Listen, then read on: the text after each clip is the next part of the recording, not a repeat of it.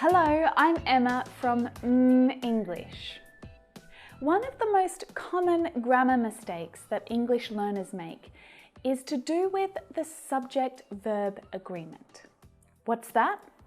It's as simple as it sounds. The subject and the verb in English sentences must agree. They must match. We go to the beach on Saturdays. If the subject is plural, you need to use a plural verb form. He goes to the beach on Saturdays. He goes. The subject is singular, so you need to use a singular verb form. And this is true most of the time. Now, you might be thinking that you understand subject-verb agreement. It's simple, it's easy, right? But it's the first thing that many English learners forget. But don't worry, there are some simple standard rules that you can use to help you. But some aspects of singular and plural noun usage make this a little more complex. So that's why I'm going to teach you some tips to master subject-verb agreement in English. Before we start, I want to highlight that there are two main areas where subject-verb agreement can cause you problems. The first is in your writing. And it's important to know the subject-verb agreement rules and how to use them correctly so that your English writing is grammatically correct. The other is your speaking skills. Now, perhaps you feel confident that you know how to match verbs to their subject. But the challenge is making that clear when you're speaking. And sometimes you might not even know this is a problem for you. The final consonant sounds are so important to communicating clearly, but for many English learners, it's not that easy to do. Pronouncing the difference between do and does. Z. Now, if this sounds like you, then I want you to try and practice with me out loud during this lesson. Make sure you're hitting those final consonant sounds. Okay, let's begin. In the present tense, nouns and verbs agree in opposite ways. When your subject is plural, you usually add s to show that it's plural, right? Car becomes cars. Baby becomes babies. But when your subject is plural, you do not add an s to your verb. The cars look expensive. Our noun, cars, is plural, cars. Now, our verb agrees with our subject. The cars look expensive. Now compare this to the car looks expensive. When our noun is singular, our verb needs to include an s. In these examples, the noun and the verb agree in opposite ways. But I can already hear you saying, what about if your subject is I or you? They're singular subjects, but they don't use the singular verb form. Yes, but they're an exception to the rule. Subject-verb agreement rules are different when your subject is in the third person singular. So that's when your subject is a he, a she, or an it. The subjects I and you are different. Even though they're also singular nouns, they take the plural form of the verb. And you just need to remember that. I like to go swimming. She likes to go swimming. Both of these subjects are singular, but the verb forms are different. Now, if there is an auxiliary verb, a helping verb in your sentence, like do or does in the present simple, or am, is, are, was, were in the continuous tenses, or have or has in the perfect tenses, then you need to think about your subject-verb agreement, because the auxiliary verb becomes the agreeing verb, the verb that agrees with the subject. The dogs don't want it. The dog doesn't want it. We're going to the beach. He's going to the beach. Anna and Tony have been driving for hours. Anna has been driving for hours. Now, modal verbs like may, could, will, must, should, they're also auxiliary verbs. They help the main verb in the sentence. But the subject-verb agreement rules are different with modal auxiliary verbs. The verb following a modal verb is never in the S form. It's always in the infinitive form. My friends might come. My friend might come. Not my friend might comes. You should come. He should come. Not he should comes. Now, English sentences are not always this simple, are they? As you add more information to your sentences, they become more complex. And it might be difficult to know whether your noun is singular or plural.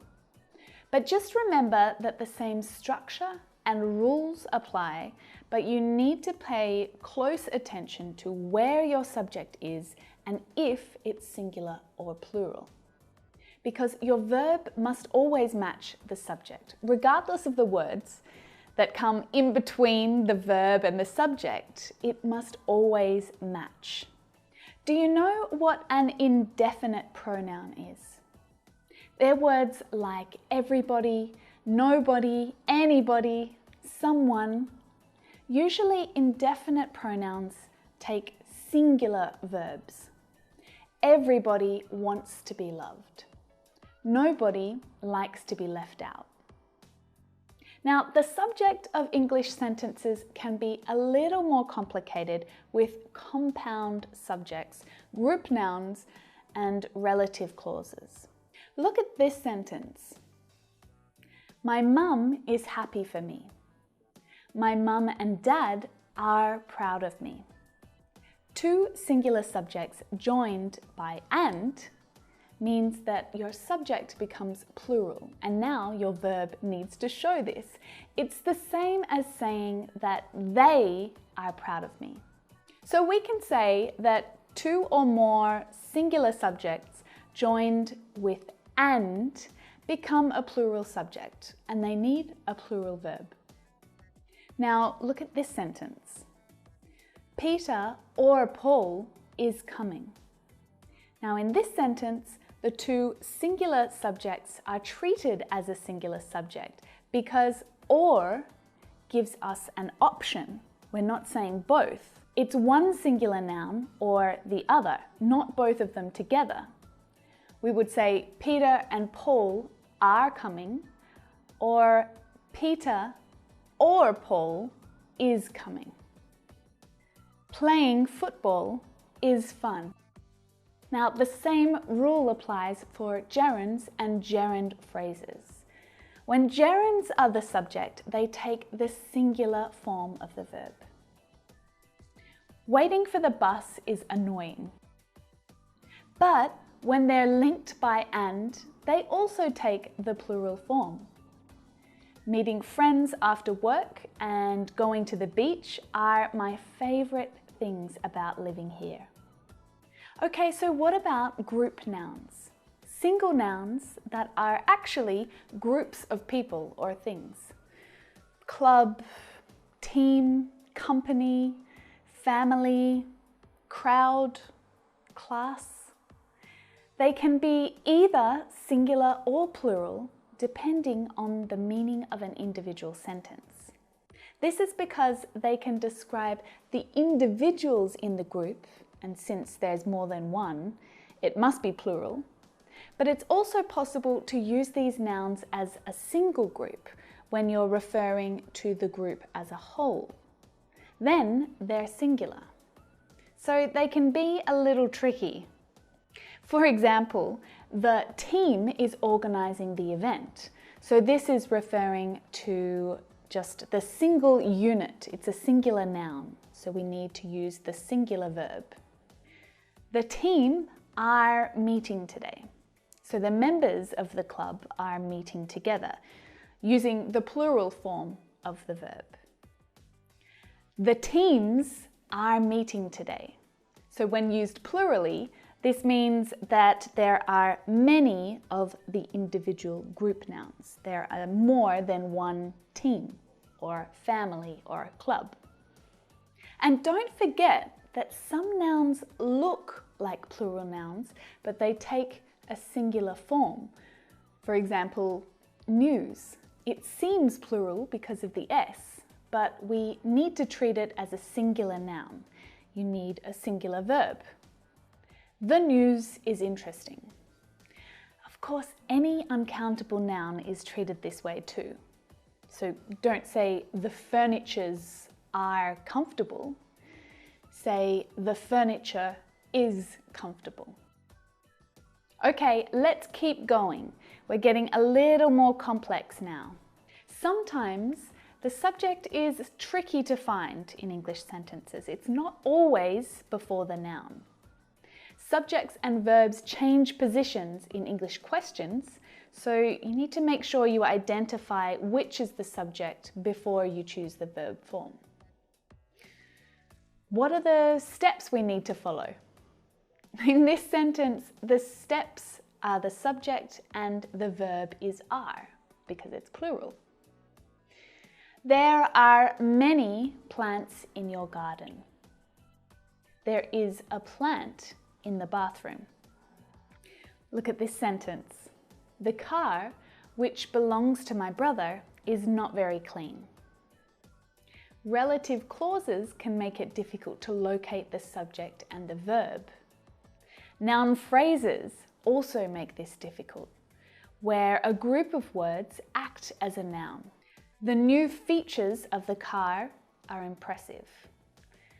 The features are the subject. It's plural, so it needs a plural verb. The more complex that your sentence becomes, the harder you need to look for the subject and the verb and make sure that they agree. Whew, that was exhausting, wasn't it? You might need to go for a walk now to let all of that sink in, or watch again. I'm sure that some of this lesson was good revision for you, but perhaps you learned a few new things about subject-verb agreement too. I hope so. If you love this channel and you enjoy my lessons, please subscribe just here and let me know in the comments what type of lessons you'd like me to make in the future.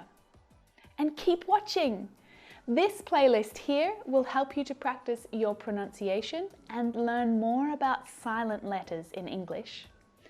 And in this lesson, you'll be able to try out one of my English imitation lessons for free. So I'll see you next week for another English lesson. Bye for now.